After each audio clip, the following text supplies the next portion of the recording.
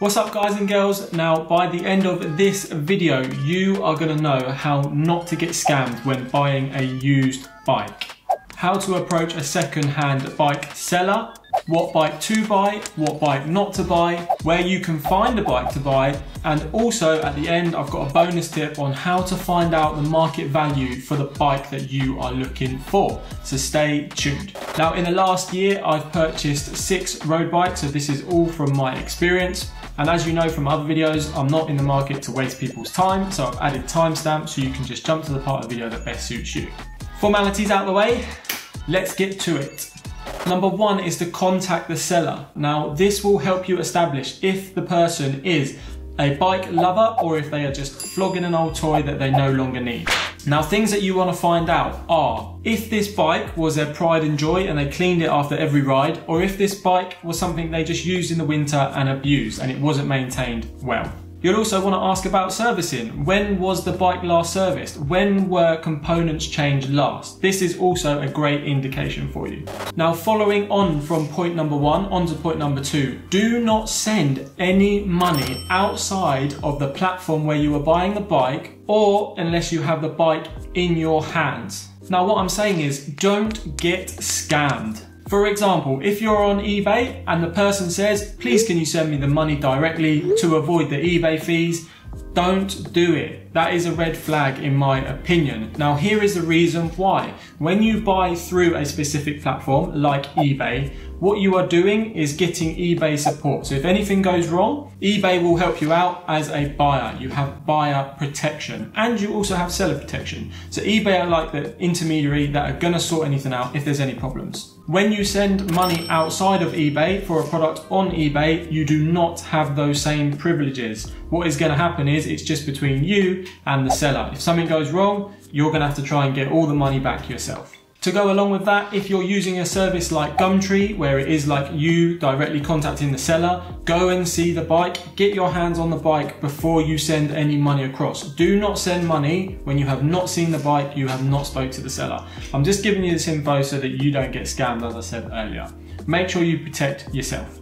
Number 3, try before you buy. Now in my opinion, you need to go and see the bike. Not only do you want to see the bike, you also want to ride the bike. Now if the seller doesn't let you ride the bike, then fair enough if you haven't given them anything in return. But if the seller outright refuses for you to ride the bike, red flag, because there's no reason why they shouldn't let you hop on. The more you buy, the more you save. Now what do I mean by this? Basically, the higher the original cost of the bike, the higher the RRP, the more you will save when buying it second hand. Now this kind of goes without saying, the more expensive the bike, the more you're going to save second hand, obviously, percentage wise. But let me explain a little bit further. From my experience, you save a higher percentage of the original price if the bike was more expensive originally. So a £5,000 bike might sell for £2,500. That is a 50% saving on the RRP. Whereas a £1,000 bike might go for £700. That is only a 30% saving. So the more you buy, the more you actually save. Obviously that's never actually the case, you're still spending money, but do look for bikes that are maybe beyond what you thought you could get, because the chances are they're lower in price. So what does that mean for you, the buyer? That means that you can get much more bike for your money when buying it second hand. Okay, so point number 5, where to buy a used road bike. Now, there are plenty of places you can buy, such as eBay, Gumtree, forums, local bike clubs, listings, Facebook Marketplace. The list goes on, and each one has their good points and their bad points. For me, I use eBay. I really like their filter system. It's easy to use, easy to find bikes. Facebook Marketplace, on the other hand, much harder to find bikes. You can't really filter. Gumtree, also good, but it's direct with the seller. So you get what I'm saying. Each one, different quirks. Now, one thing I want to mention is making sure you don't buy a stolen bike. Now, if you follow the tips that I've mentioned so far in this video, that should not be an issue because you should build up a rapport with the seller. However, you can check on various websites if the bike is stolen by the serial number, but it's something to consider. Now use your best judgment of this. This one's down to you, fine people. If you think something's off, if you don't think it's right, if you think the bike might be stolen, do not buy it because it can be repossessed from you. Okay, so you're gonna lose the money that you spent to buy the bike.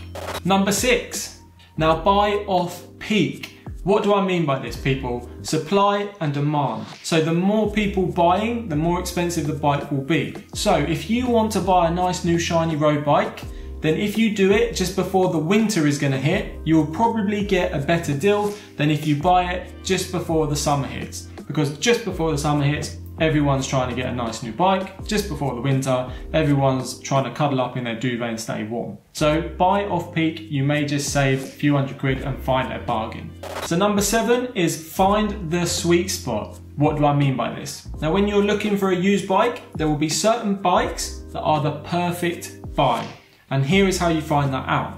You take into account things like age, model, desirability, current trends, style, brand, and components. It's like an equation. Now, when you put all these factors into this equation, you may realize that a 2016 Giant Defy Advance 1 full Ultegra group set, the bike's blue in color, it has full Shimano components, and that is your sweet spot. That is the bike that gives you the best bang for buck. So what you want to do is actually look at all these factors, and over time, it may take a few weeks, you start to realize that, you know, this year is the best ones to buy because maybe they changed the style in that year, and you will find the sweet spot and get the best bang for your buck. Point number 8, which is going to help you find the best bike, it ties into point number 7, is to do your market research. I mean, look at bikes that have sold, and that is going to tell you how much you should be paying for the bike you are looking for.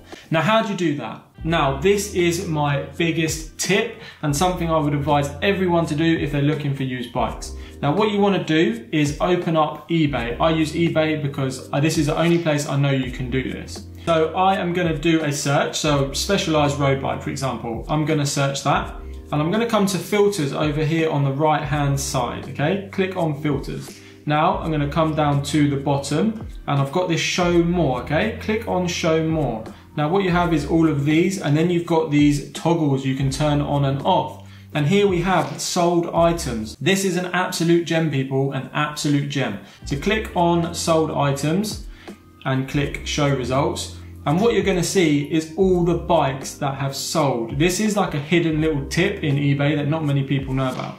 So now we can see, okay, we've got a Specialized Ales Sport, quite a common bike. That sold for £267. You can click into it, you can see the full listing. You may find one that's exactly like the bike you're gonna buy, and you may say, okay, yeah, this Specialized Ales road bike, XXL, sold for £469. That's the same components as the bike I'm looking at. I should pay around that, and that is the market value. Now this tip is potentially going to save you money because you're going to know how much these bikes are going for. You may even realize, you know, you can get a better bike for the money that you have. So look at sold listings, find out how much you should be paying. Now, buying a second-hand bike, a used bike online, is not as daunting as people think. People worry about it because they're unsure, which is understandable. But if you follow these tips in this video, that's going to get you to the point where you can actually find someone that's reliable, a reliable seller and a good bike. You're more likely to find a bargain than you are to get scammed. So thanks again for watching, fine people, much appreciated. Like, comment, subscribe, all that good stuff. And until the next one, self-love and safe riding.